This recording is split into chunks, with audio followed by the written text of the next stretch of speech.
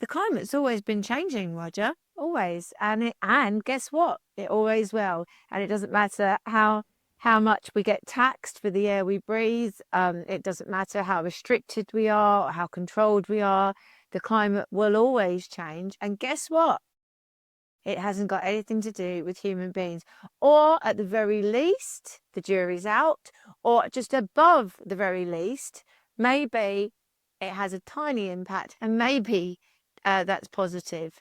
So when I started my original organisation some time ago with some Brexit backing millionaire type people putting the money up, I was called, and I think this word is disgusting because the connotations behind it, but the David Irving connotations, but a denier. I was called a climate change denier.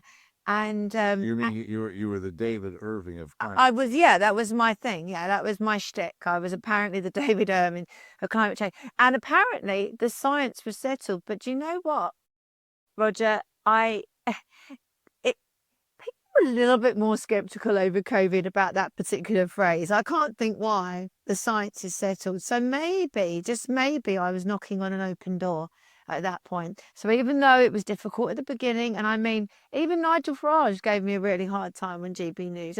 Oh, well, well, if it's not to do with saving the planet, what's it about? Isn't that a conspiracy theory? It was all like that. And I had to really fight very, very hard to get my point across.